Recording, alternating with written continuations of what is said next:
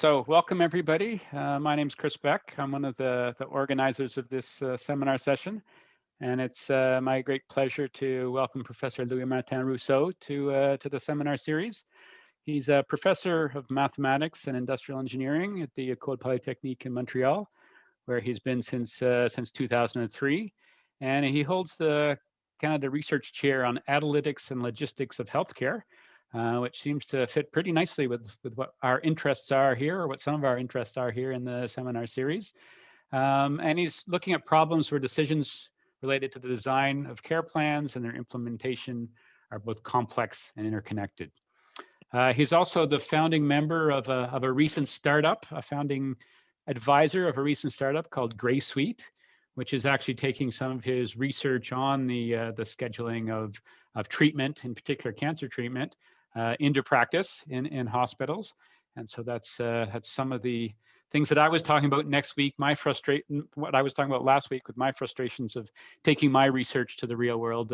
Louis-Martin is doing that, and he has done that in the past with other companies that he's been involved in quite a core area. So he's one of the first researchers to investigate the hybridization of classical operations research and constraint programming, which is a optimization technique that's grown out of artificial intelligence. And his current research focuses on transportation logistics, scheduling, and resource optimization in healthcare. And I'm very happy to welcome him here to talk about improving the efficiency of cancer treatment through predictive and prescriptive analytics. So welcome, Louis-Martin. Thank you, Chris. Thank you for the very comprehensive introduction. I'm flattered. You should be able to see my screen now. Yep. Okay. So I'm going to talk about different projects we've done over basically the last decade into improving the logic of cancers and cancer treatment facilities. Probably close to 90% of what I'm going to talk about is concerns radiation oncology, although we are going more and more into medical oncology recently. So, I mean, I'm not going to spend too much time convincing you how important it is to treat cancer. I mean, it's one of the major causes of death throughout the world, and it's not getting better because of the aging population. But I think that as much as this is kind of a difficult and personal thing to deal with, because everybody knows or has known somebody who's been affected by cancer, from a macroscopic point of view, it's also a nightmare because of the just sheer number of people who will be affected and our need to deliver high quality and comprehensive care to these people. Now, if you know somebody who's been affected by cancer, you'll recognize some of these things, that there are many ways to attack this disease. And it really depends on the type of cancer that you have, but also if it's can you see my mouse when I point? Yeah, I think so. The type of cancer that you have, right, and this degree of advancement. So if a cancer is really localized, you can take it out by surgery, and this is what we all hope for. If it's really spread and you have metastasis throughout your body, then you need to have more of a chemotherapy approach. What we are a bit less aware of is radiation oncology or radiotherapy, which about 50% of patients will go, or infected patients will get throughout their treatment. So radiation therapy can be used to reduce a tumor, to completely burn it out, or even to target very small metastasis on some delicate spaces. And especially everything has to do with the brain. You can only treat by radiation therapy because the brain barrier doesn't let any drug traverses in. So that's the only thing you can do then. And we'll talk about the special technique of radiation oncology a bit later that's especially dedicated to the brain and the lung, which are difficult to get by drugs. Radiation therapy dates to the 1960s. You had very old material. I found kind of archive pictures of ways you could get the radiation in the human body, or through internal placement of radiation seed, or outside using very old equipment that looked a bit scary maybe. But no, they were first playing with this, like I said, already 60 years ago. More modern machines are, of course, much safer and have much more quality control than they used to have. Now, most people are, again, familiar with chemotherapy, which is now a drug that is delivered by a nurse and prepared by a pharmacist. The equivalent of this in radiation oncology is the doctor is not an, it's called a radiation oncologist, and the person who prepares the treatment is a physicist. And I might discuss that during the Q&A after, but that's really something that made a huge difference in this research program, is that physicist people are basically mathematicians and engineers and people who are trained in natural sciences. So it's much easier to communicate and work in this frontier than to work with pharmacists, for example, who have a completely different training than us, and they know about the biology and the molecules and stuff that's more difficult to optimize, let's say, than radiation. And then the people who give the treatment, they are called radiation therapists. The flow, and I'm going to talk about it again and again, is really the following. So once you have a referral and you know that you need to have radiation oncology, then you'll get an appointment with the doctor. And if he decides to treat you, then a couple of things will happen. And like I said, I'll detail them more. First, you'll have something called a CT sim, and we'll see a quick video about this, which we're basically going to do, taking a 3D picture of you. And then we're going to plan your treatment, and then we're going to get treatment, and then you'll get follow-up after. Now, this looks quite simple, but in practice, it can get quite messy. So these are the actual flows of one of the first-line hospitals. So that's not even a university hospital. It's kind of a basic hospital that involves all the tasks that needs to be done for each of these techniques. So when you're trying to book patient and, oh, will that patient be ready on next Wednesday? Or no, it should be Thursday, or maybe we can squeeze it and do it on Tuesday. You need to take into account all these things that need to happen when the patient is not there. And I think this is one of the very rare let's say cases of in medicine where actually most of the stuff happens when the patient is not in the hospital. Like there's a huge amount of preparation and discussion and back and forth between the doctors and the physicists and the therapists to understand how you're going to address this tumor, and the patient waits at home while this happens. Okay, so just a bit more detail about that. Simulation. So simulation is that you need to take the patient and scan him in the exact same position that he will be treated later. So you take either marks on the patient. If it's going to be the brain, you need to mold his head so it doesn't move. Some people get tattoos so that they don't actually wash away, because if they're not in the same position, then it can be dangerous because the rays will not enter by the same place. And then you scan the patient at very high resolution, which we'll use to plan the treatment. When this is done, then a special purpose therapist called dosimetrist will go and use advanced computers and a lot of mathematics and optimization engine to determine what's the best way to kill that tumor. And you can see, for example, each of these colors would be a ray, like a form of radiation, and they all enter from different aspects of the body, so the kind of the slice of your thorax, and they would meet in the middle and try to overheat and kill a given tumor, but preserve all the organs at risk that are alongside on the side of this. So it's important to do this in the best possible way, because if you don't get all the tumor, it might grow back, and if you over irradiate an organ, it might die, and then your quality of life would really decay. And this is real, right? If you have something in your neck and you kill the saliva gland, then you basically cannot eat anymore or easily eat. So this thing can be quite severe. So these are advanced software. They cost about $200,000 per license. So they are software that are sold in the millions of dollars. Then the doctor decides if he likes the plan produced by the computer or not. And this can be sometimes a bit sketchy. Sometimes they print the thing. The doctors put notes on them. Doctors use color codes, but every doctor used a different color code. And they basically would go for a couple of days back and forth between the doctor and the computer, or the guy who manipulates the computer, until they agree on something which is good enough. So this is also one of the only sphere of medicine where actually your life is not really in the end of the doctor. It's really in the end of the computer.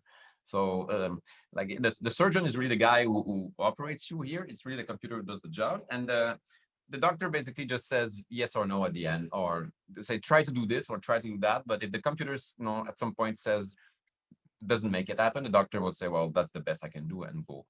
But a better algorithm could do a better plan. And when this is done, well, actually, then the patient goes on a machine. So it's not the same room, but it's going to be exactly the same bed, exactly the same laser positioning system. Everybody will do the same. You'll send the same mold for the head, for example, if it's a head cancer. And then you'll try to position it, and then you'll take some low intensity radiation, X-rays to position the patient. And it takes some time. And this is important to notice that it will take some time to position the patient in a nice way so that the rays can enter in the correct fashion and the patient can stay there for a while, depending on type of treatment. And this positioning, of course, takes time. And while you're positioning the patient, you cannot use the machine to treat anybody else. So we'll go through a series of questions we went over, like I said, over the last decade. The first one was, patient, when a patient arrives, right, and you decide, okay, so we've scanned you today. When is your next treatment, right? Do I put it in a week from now, and 2 weeks from now? What is the patient? What if, I know if you have some calendar that looks like that, right, for the next week, when do you place that patient? Also depends on the priority. You have basically you have 4 types of patients. Like there's a extra emergency that you need to treat like today. So you stop whatever you're doing and you treat that guy. But these are very rare cases. 30% of the patients are unfortunately palliative patients. So these are people that, except for a miracle, will not heal, but they are suffering. And radiation therapy will alleviate this suffering because it will reduce the tumor enough so that it doesn't pressure on nerves and things like that. So this typically people you want to treat aggressively with a lot of radiation so the tumor shrinks fast, and you don't pay as much attention to the organs around because they, like I said, they are not going to survive for a very long time. So you typically, these people are in pain, so you want to get them treated as fast as you can. And then you have 2 types of curative patients. So this is typically people that you're going to heal. And curative ones are people for which radiation therapy is the main source of treatment. So you're hoping to cure them with this. And curative 2 are typically patients who got surgery, but you're just to make sure that the surgeon didn't forget anything. So typically, this is the main case for breast cancer. So breast cancer, they typically go through surgery, but just to make sure that the surgeon didn't forget the tiny bits of cancer in there, you get them like a month of radiation therapy just to kill whatever would have been left. So it's not as urgent because they did get surgery and it's not going to regrow super fast, but they need to get it done. So we based our approach to this on something called online stochastic combinatorial optimization, which is a mix of different techniques. So it's kind of online in a sense like that you need to take decisions when patient comes. So every time you have a new patient, you have an online problem, you need to make a decision and give that person an appointment. And the centers we were working with at the time, they didn't want to call back the patient. They thought it was very reassuring for the patient to tell, your appointment is next Friday at 11, and then it's going to be next Friday at 11, and the patient knows that and it's going to happen. So you kind of make a bet on when things are going to be ready. And to do that, we kind of do a lot of simulation about what other patient could come, especially those palliative patients. Do you reserve space for them? Like, do you block 2 hours per day in case you have emergency? How much you block? And it depends a lot on things. So we would simulate a lot about the future. And then for each of these simulation, we would solve a very complex optimization problem with technique called Danzig-Wolf decomposition and Bender's decomposition. And then we would extract some important mathematical value, and then using this mathematical value, for those of you, it's called reduced cost, and using that, we would make a heuristic call on something. We would just take our best shot at making something decision. So these things could take maybe a minute or 2 to compute, but you would commit to an appointment and you wouldn't come back over it. So we did our first test on this about 5 years ago. The center was starting, so they had 2 LINACs with 23 slots per day, over 120 days and 170 patients. So they were really ramping up. And so CICL was the algorithm that they were using. That is the name of the center. And OSCO was our first algorithm. So you see that we were able to reduce the number of people treated with delay, like beyond the deadline, from 14 to 9. And then these guys went from 16 to 6, and then these were kept at 0. And we did that by really actually augmenting a little bit the time for these guys. Like we had time to do them, so we didn't book them as soon as possible. We delayed them a little bit because we could, and without having any more of them being late. And that allowed us to schedule a little bit more of these guys, curative ones, in time, and also cut in half these. So these one is very difficult to get them to zero because you don't treat on the weekends, but weekends actually count in the deadline. So if a patient comes on Friday, he's bound to be late, right? There's no way you can treat him, by Monday.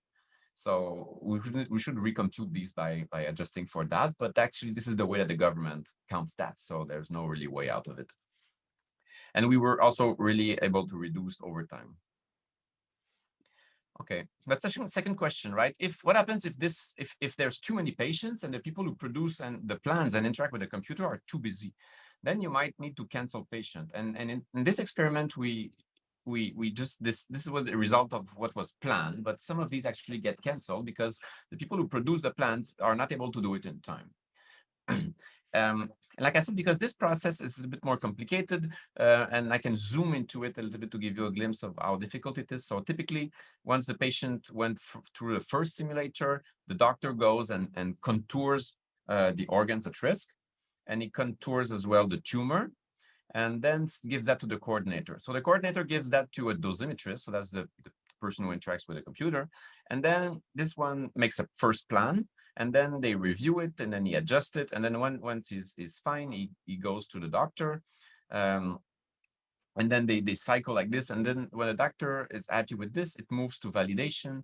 They go it in the computer, then eventually a second physicist that was not involved in the project in that plan checks it, and then when that goes, it goes to the final check, and then you're ready to treat the patient. So it's really, you really have to schedule all these things. And what we did, we actually built a scheduling engine. So we use a constraint programming model, which is, these things are state of the art for solving complex scheduling problem, but they tend to be slow. And sometimes we just needed like a feasible solution, like not the best one, but just something which was feasible and could do it fast. So we use a genetic algorithm to say, can we schedule this in 2 days? And if we could, we just move with that. If we couldn't, then we call the complex model to check, is there really no way to make this happen in 2 days, or it's just difficult to schedule? And then we kind of cycle between these two things. And we scheduled all the verification, the preparation, everything, because you need to have different resources. These people cannot be the same, like you cannot self-check your own plan. And so that allowed to enhance our scheduling and booking online algorithm with something that was a bit more realistic. So we went again and tested on the data. So now the center had grown a little bit. That was 2 years after or 3 years after. So now I had 4 LINACs and 29 slots. They had extended their hours. We had more days and more patients. Now, if you look at the results are a bit higher, but you see that they were canceling a bunch of patients because they were that doctor that was in charge said 5 days, right? You must make it happen in 5 days. But sometimes they were just too busy or didn't have enough staff, so that couldn't happen. Then they were canceling the patients. And then, of course, there's two problems. If you cancel a patient, well, the patient gets stressed, right? Because they want to get treated. And then you say, no, it's not going to be tomorrow, maybe the day after or the day after that. But you're also losing a slot, right? It's pretty expensive machines, and you're not treating anyone because you don't have anybody else that's really ready to go. So you're kind of losing time and resources. So the first algorithm did manage that a little bit, but the second one that had this complex scheduling could get this almost down to zero. Of course, the price for this is we did increase it with the delays. So you had a question, right? If you cannot make it, should you schedule somebody within the deadline and then cancel him, or just say, no, it just cannot happen. We're going to do you in 16 days, but at least you don't have to cancel them because it's doable. So that's what we see, that they were actually working at full capacity. So those very good deadlines meant that you actually, they were not happening all the time. People were getting canceled. And average waiting time, like I said, they increased a little bit, but overtime decreased. So sometimes they were kind of working overtime to kind of squeeze them in. And now we were able to get this more reduced. Now, if you want to be even more efficient, another question you can ask yourself is, how long does a treatment really last, right? And these centers, they were kind of wanted to have nice schedules. So they say, well, about 20 minutes is good. So let's have 20 minutes appointment. So your appointment is at 9:20. It's going to be at 9:20 all the time. But they were also very good in the sense that they put RFID everywhere in the hospital. It was a brand new hospital, I think, that opened in 2014 and or 13.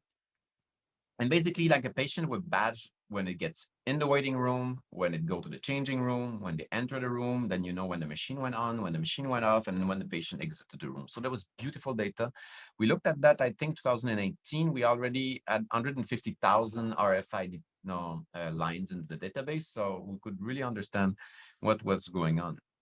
And when we look at the data, we found that actually on a 20-minute appointment, about 10 minutes, like that's the average, but you see the spread, right? The average is 10 minutes, but a lot of patients actually are way faster than 10. And some people actually takes more time. I mean, if you're 80 years old, it's not going to be the same time to install you on the machine than if you're 22, right? Or if it's your first appointment, it's going to take longer than it's your 15th appointment.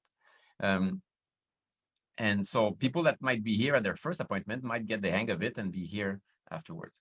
And then this is the amount of time you actually spend on the table. So this includes that the personnel go back behind the wall, do your x-rays to try to see if your position, adjust the table a little bit before they are ready to turn the machine on.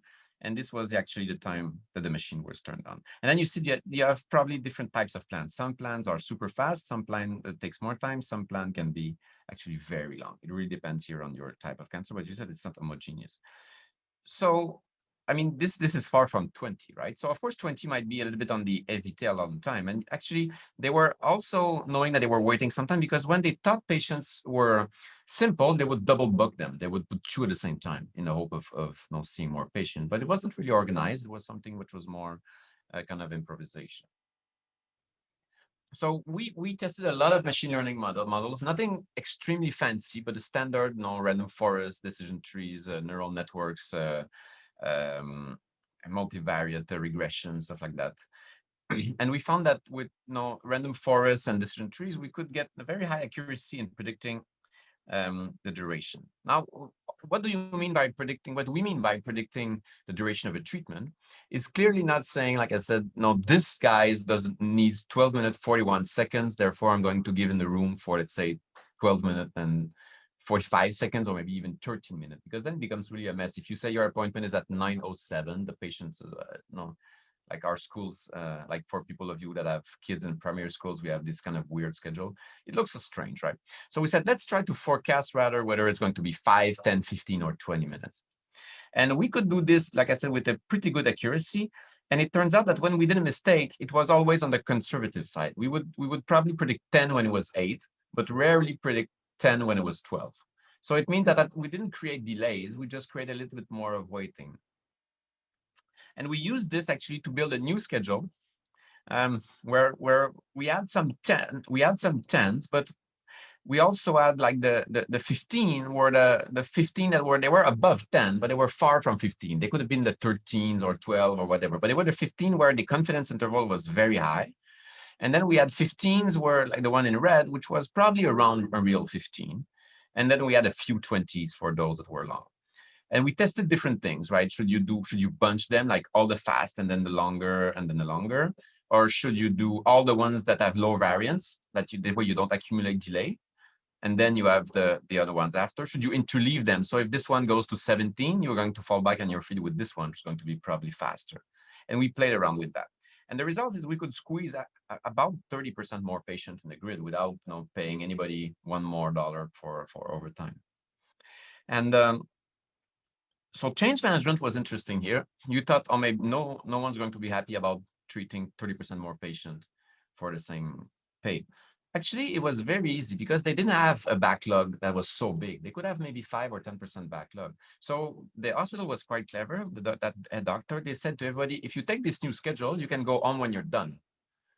And because they didn't have that huge backlog, it turns out that people could go on like with the same pay, basically an hour and a half or an hour earlier than they would normally do, until they could over time increase the number of patients. And so everybody was happy to adjust that. And over time, they didn't take exactly that copy. They kind of moved thing and the dedicated room, and they had a room full of the greens, for example, that was they could streamline that and they could play. But it opened their eyes to the fact that it doesn't take the same time exactly for everybody to have the same treatment. So we also looked at actually can you speed up the delivery, right? While you're sitting on the machine and the machine goes around you, it sends all the radiation. Can you make that happen faster?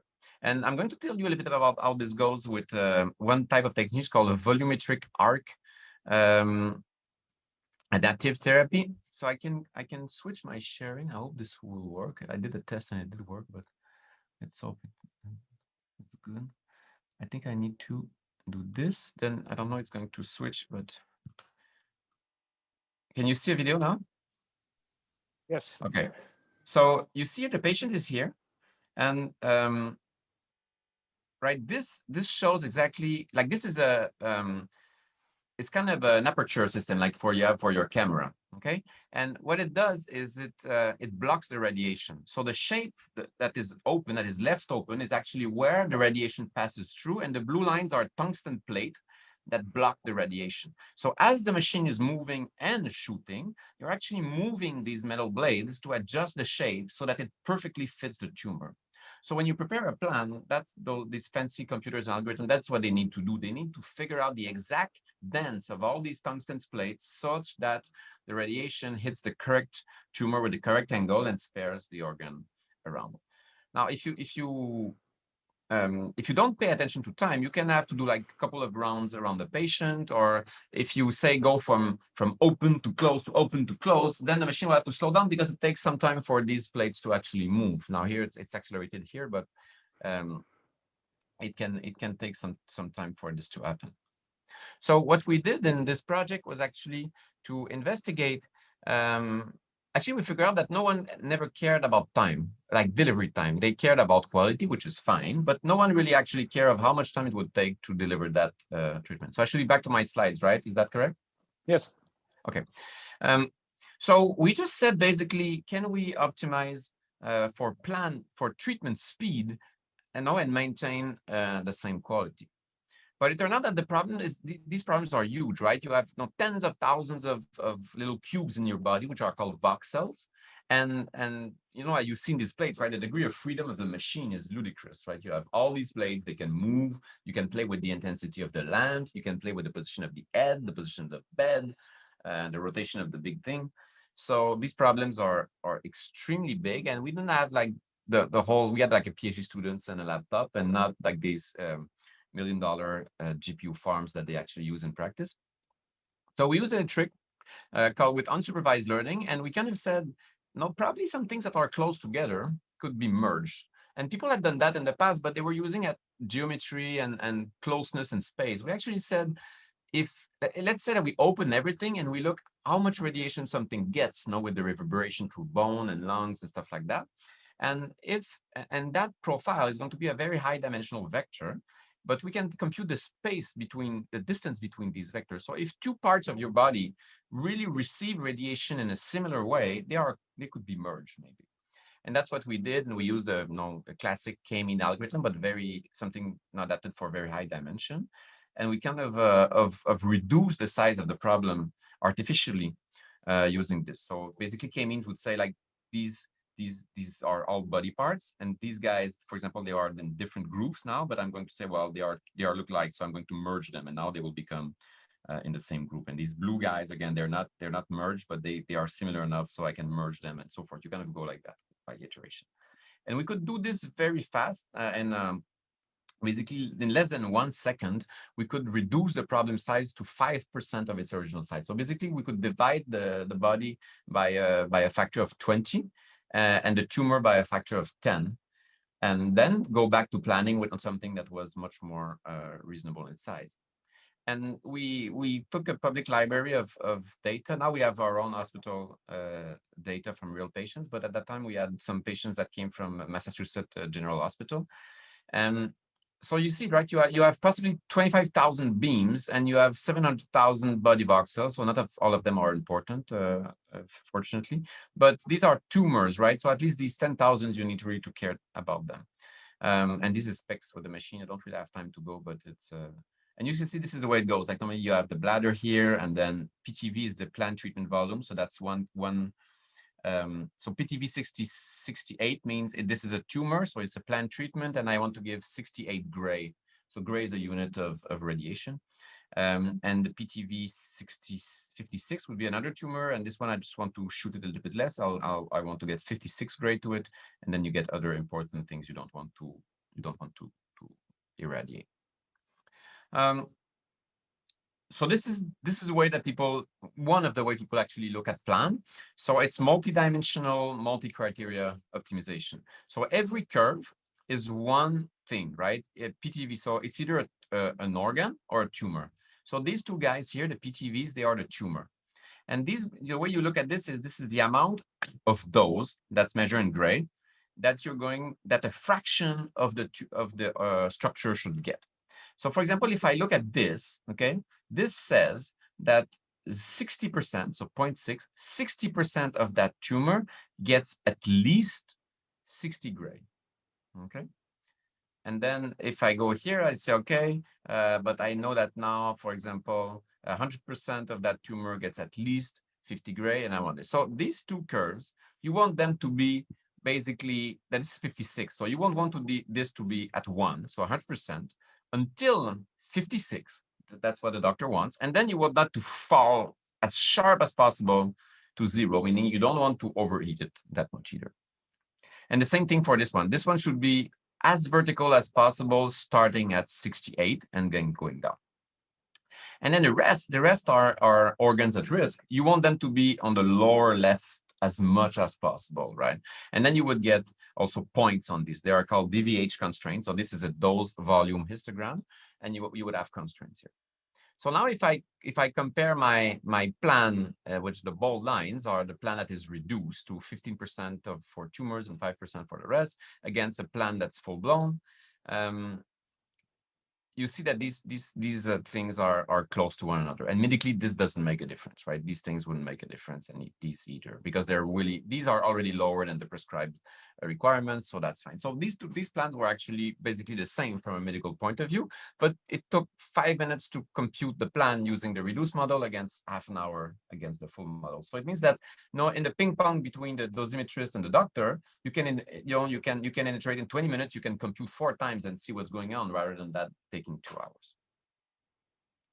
And then we look at what happened when we reduced the time, right? And this was a lot of modification and really complex optimization technique that involved nonlinear column generation with specialized purpose, shortest path algorithm that would compute for time and simulation and stuff like that.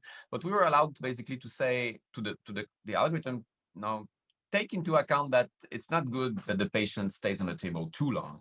And that allowed to go from a plan. Oh, I removed it. Well, plan 6 minutes that we unlocked it completely. So the maximum solution, best quality would take 6 minutes, but we could do basically same quality in 3.5 minutes, which means that the patient would spend half the time on the table for the same quality.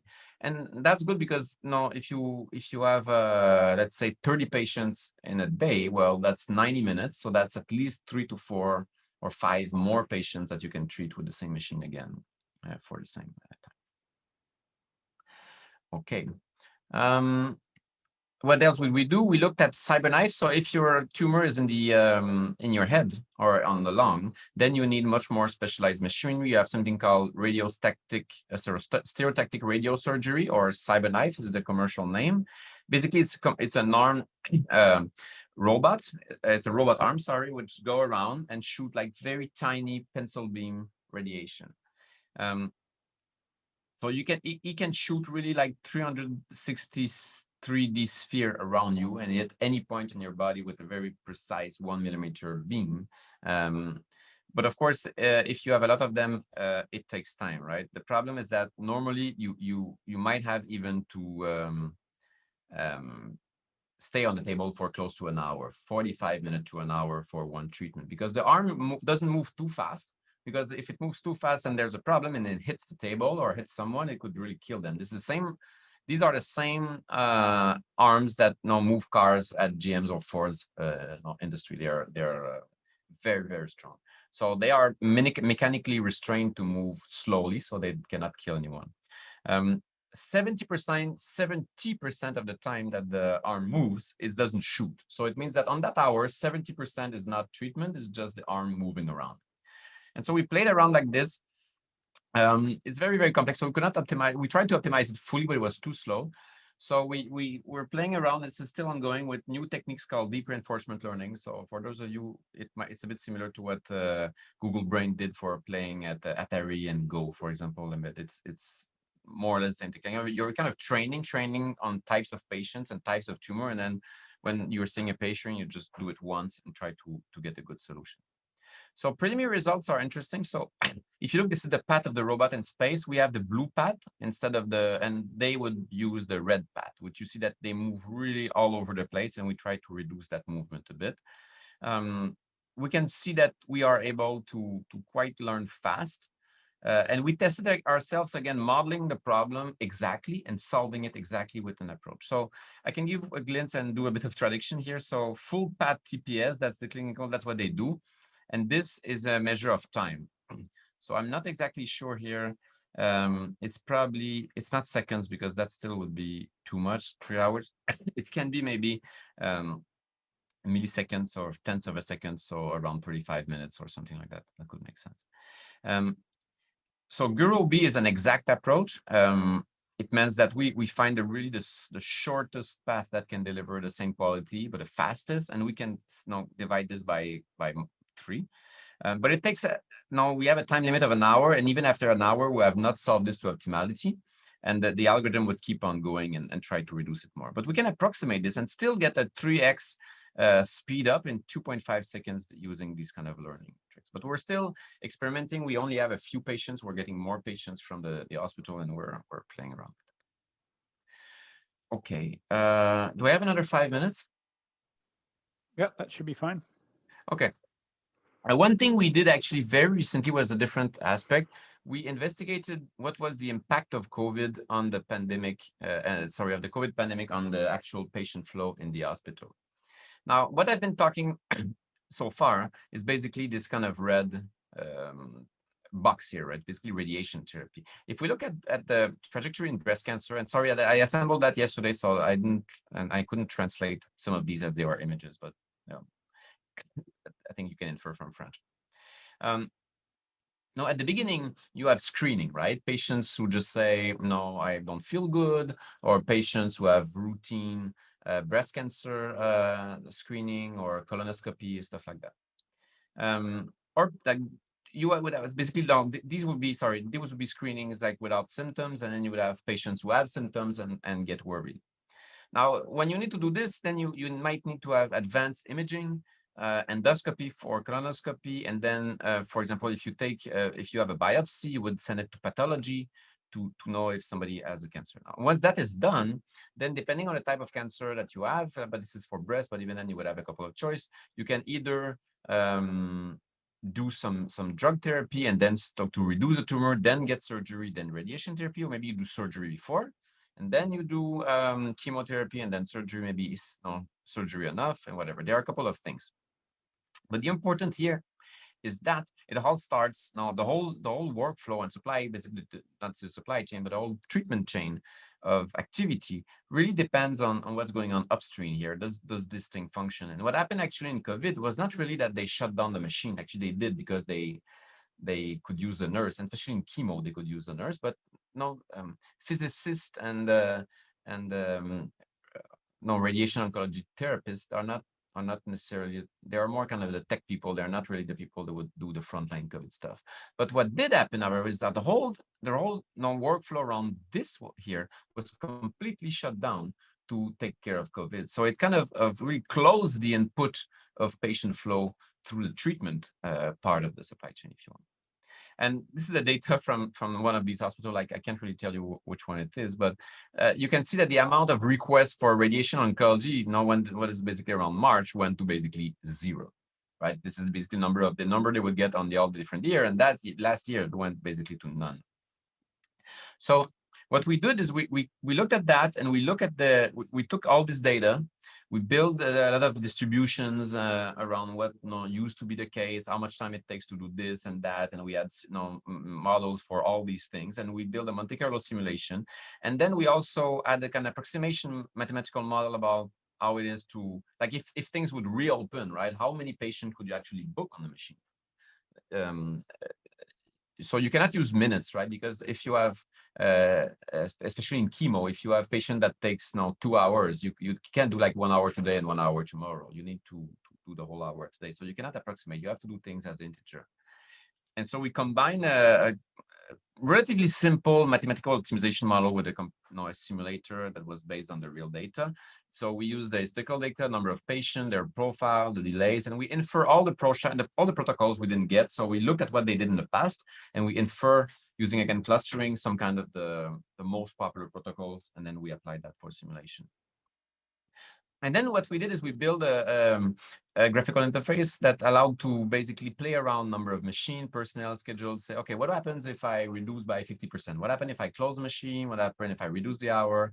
What happens if I restart next month or in 2 months or in 3 months? How much time is it going to take to tackle the backlog and so forth? And we plot a lot of things. So again, these are in French, but we generate for about 40 pages of this, which we presented to the hospital and also to the government. And I think we're still waiting from the government of Quebec to see whether we can deploy this throughout the whole province. But we tested different things. That was from this summer. They were looking. So what happened if we start back in May? What happened if we start back in July? And then you could compute. I think this was the actual. I think this was the number of patients you treated. So you see at some point you hit the ceiling, but that's the treatment capacity. Right? You cannot treat more people. And then this was the number of patients waiting. So you see that you hit capacity, but then you created with the orange curve, you stay closed longer. So you have a much larger backlog. So you operate at full capacity, which means that people keep on waiting and waiting for a much longer time. And and then the number of treating minutes also went to the roof here for a longer period. And we also played by what happens about surgery, right? The surgery starts back. And we realized that because some people were saying, oh, let's not start surgery right away. But we say, okay, but we simulated that if you leave surgery closed for another month, you still get almost 2 months of additional delay of working at full time and then creating delays and stuff. So this simulation engine I really allowed to try to play around and more strategically saying, like, let's be careful about shutting down stuff for COVID, because these accumulation of patients will not resolve in a snap when we reopen things. So I think I'm going to conclude with this. So I think efficiency here is really key if you want to fight this at scale. Like I said, things are not getting better. I mean, techniques and technology is increasing, that's for sure, as long with the cost of it, but the number of patients is really increasing because of the aging. So we'll get more and more case. These technology and these new techniques are extremely expensive. And so I think it's our role, maybe because we're not building machines or pushing the physics or discovering new drugs, is really to make sure that at least in our public health system, we make full use of what we have, right? Every minute that the staff is there and the machine is functioning, we should be treating patient. And let's try to reduce inefficiencies as much as possible. And we can do this with our training in math and modeling and quite cheap computers actually compared to what these guys have. And so this is the people that have worked on this, all the doctors and physicists from the CHUM and the Cité de la Santé from Laval, the students and postdocs that have worked on this over basically, like I said, almost the last 10 years, and some of the colleagues, and then the Gray Oncology Solution, which is basically what Chris has mentioned, is a new startup that was is the fruit of a new grant program that was built by one of the institute we have here. It was called the Institute for Data Valorization, so IVADO, and they had a program for postdoc to have startups, and that's something I started with Marc-André Renaud and also colleague Nadia Larichi, and we get a serious grant from Scale AI and CHUM to kind of deploy most of this, and I think we're launching basically this week at CHUM the full scheduling and simulation and everything. So it's quite exciting times, and we're happy to be able to contribute on this important topic. So I'll stop here. All right, thank you very much, Louis Martin. I think that was a really good talk about the work you've been doing. Very impressive work you've been doing over the past decade and longer, I guess. I see, well, we can open up for questions, and I see Laura already has one in the chat. Laura, do you want to say it in person? Sure. A great talk and very exciting. You know, it's such a change for the way that healthcare is delivered right now, at least in Canada, many contexts in Canada. So my question was just about your experience in the implementation side in healthcare and working with government.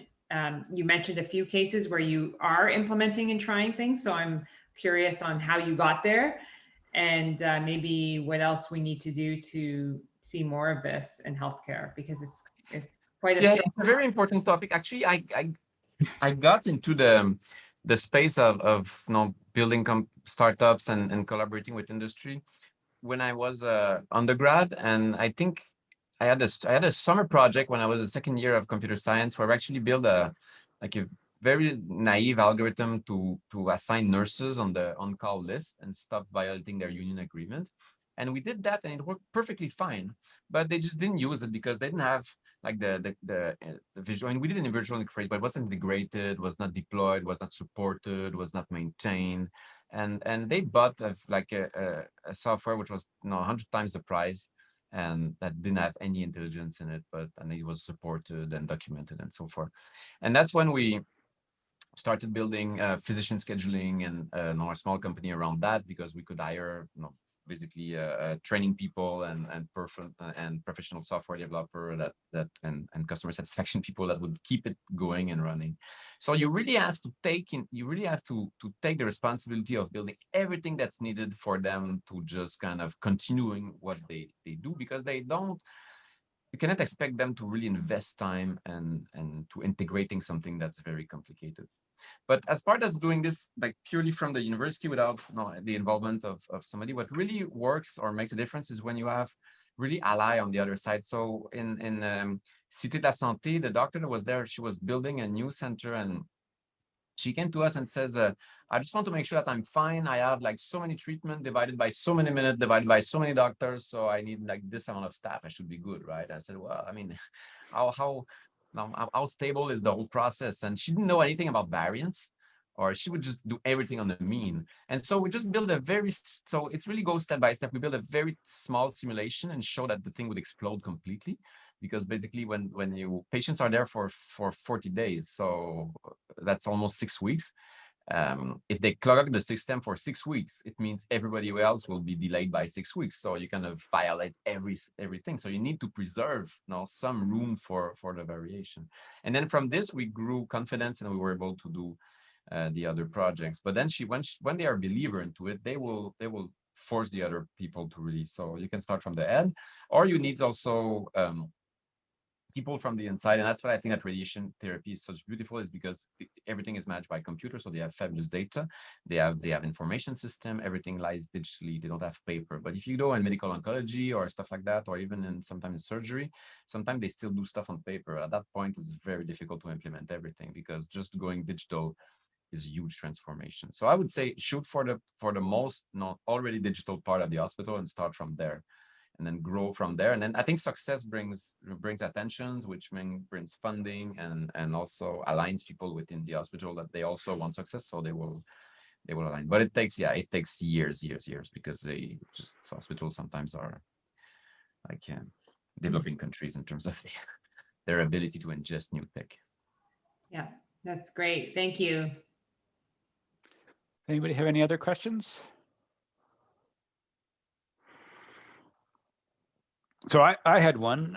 I mean, one of the ones that jumped out at me is you managed to have 30% more capacity, which is really impressive. And I'm wondering, has that what increase in capacity has that actually translated to in practice? Because your experiments, I suspect, were based on data and projections.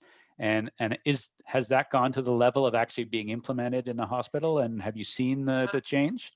Yes, I need to get back to the doctor about this. They, like I said, they didn't do exactly that in the end, and they kind of reworked the way. So they took our forecast. So what we did is we did a decision tree that could predict the amount of time. So they took that, but to do the change management, they would say, okay, we'll do like only breast of this type on that machine and so forth. And they slice it differently. So I don't think they could reach the full 30%. But they, like I said, they didn't have a 30% backlog. So they didn't need to go all the way through there.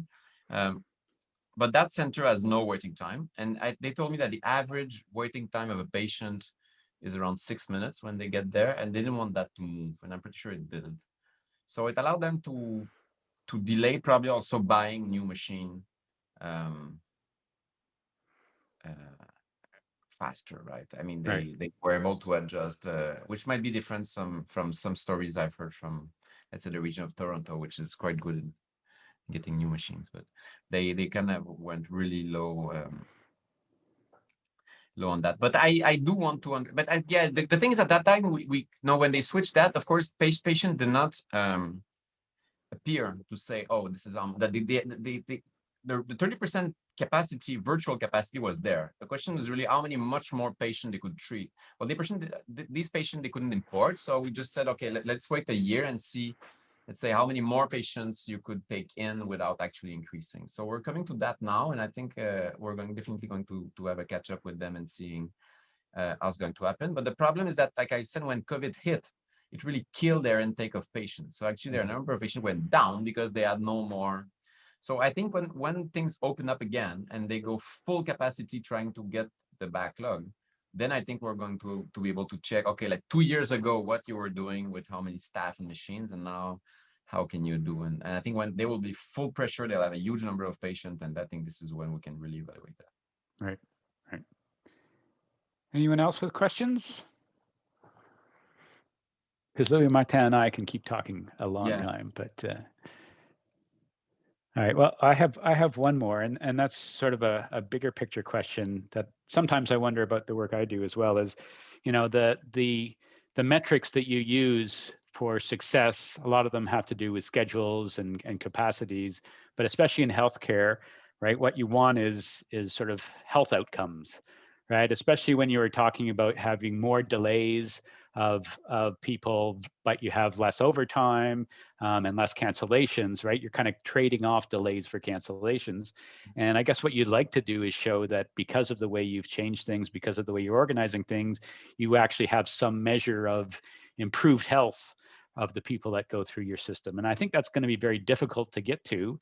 But with the data that these hospitals have, is there any hope of trying to translate that into health, measures? Yeah, this is a fabulous question. It's really something that's been bugging me for at least for the 5-6 years that I've been working with this chair. But moreover, in the last 2 years now, I think now we can pretty much schedule a lot of stuff well with the new softwares and improvement in solver speed and everything.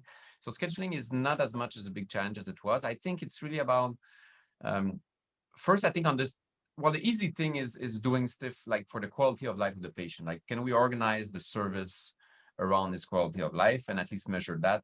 And that's quite relatively easy. With respect to the real question that you asked, which is interesting, is now, can this work eventually? And even the one that we're doing, building the plan, can really have a medical impact. The problem is that when you start to do this, you need to have control trials.